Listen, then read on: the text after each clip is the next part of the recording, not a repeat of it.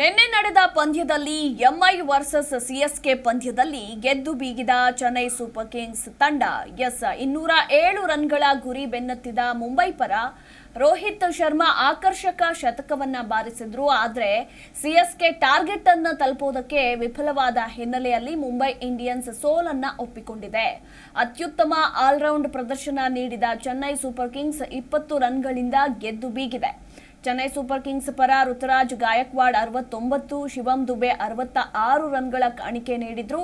ಇನ್ನು ಕೊನೆ ಓವರ್ನಲ್ಲಿ ಕ್ರೀಸ್ಗೆ ಬಂದ ಮಹೇಂದ್ರ ಸಿಂಗ್ ಧೋನಿ 4 ಎಸೆತದಲ್ಲಿ 3 ಸಿಕ್ಸರ್ಗಳ ನೆರವಿನಿಂದ 20 ರನ್ ಸಿಡಿಸಿದ್ರು.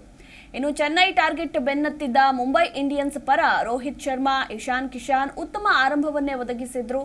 ಆದರೆ ಇಶಾನ್ ಕಿಶಾನ್ ಔಟ್ ಆದ ಬಳಿಕ ಸೂರ್ಯಕುಮಾರ್ ಯಾದವ್ ಶೂನ್ಯಕ್ಕೆ ಔಟ್ ಆದ್ರು. ಇನ್ನು ತಿಲಕ್ ವರ್ಮಾ 31 ರನ್ ಸಿಡಿಸಿದ್ದು ಬಿಟ್ರೆ ರೋಹಿತ್ ಶರ್ಮಾ ಇನ್ಯಾರು ಕೂಡ ಅವರಿಗೆ ಸಾಥನ್ನ ಕೊಡಲಿಲ್ಲ. ರೋಹಿತ್ ಶರ್ಮಾ ಅವರಿಗೆ ಇನ್ನು ನಾಯಕ ಹಾರ್ದಿಕ್ ಪಾಂಡ್ಯ ಕೇವಲ 2 ರನ್ ಸಿಡಿಸಿ ಮುಂಬೈ ಸೋಲಿಗೆ ಕಾರಣರಾದ್ರು. ಇನ್ನು ಮುಂಬೈ ಪರ ಏಕಾಂಗಿಯಾಗಿ ಹೋರಾಟ ನಡೆಸಿದ ರೋಹಿತ್ ಶರ್ಮಾ ಅವರು 11 ಬೌಂಡರಿ 5 ಸಿಕ್ಸರ್ನ ನೆರವಿನಿಂದ ಆಕರ್ಷಕ ಶತಕ ಬಾರಿಸಿದ್ರು.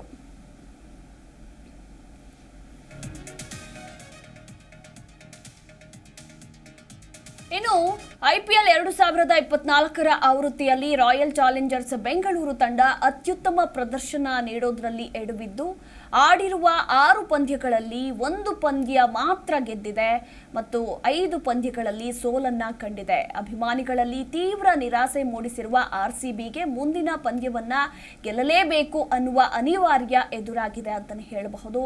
ಇನ್ನು ಬೆಂಗಳೂರಿನ ಚಿನ್ನಸ್ವಾಮಿ ಕ್ರೀಡಾಂಗಣದಲ್ಲಿ ಇಂದು ನಡೆಯಲಿರುವ ಪಂದ್ಯದಲ್ಲಿ ಆರ್ಸಿಬಿ ಸನ್ರೈಸರ್ಸ್ ಹೈದರಾಬಾದ್ ತಂಡದ ವಿರುದ್ಧ ಸೆಣಸಾಡಲಿದೆ.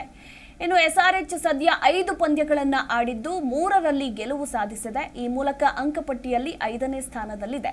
ಆರ್ಸಿಬಿ ತಂಡ 10ನೇ ಸ್ಥಾನಕ್ಕೆ ಕುಸಿದಿದೆ.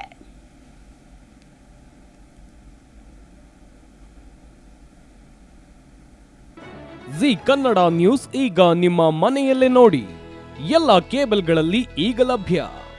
ಸನ್ Direct 292, Jio TV 1334, U digital 162, City cable 51, GTPL 17, Abhishek cables 821, Rockline telecommunication 51, Shri Basaveshwara number 60, Vinayaka digital number 53, in digital number 896ರಲ್ಲಿ ನಿಮ್ಮಿಸ್ತದ ಜಿ ಕನ್ನಡ ನ್ಯೂಸ್ ನೋಡಿ ಆನಂದಿಸಿ.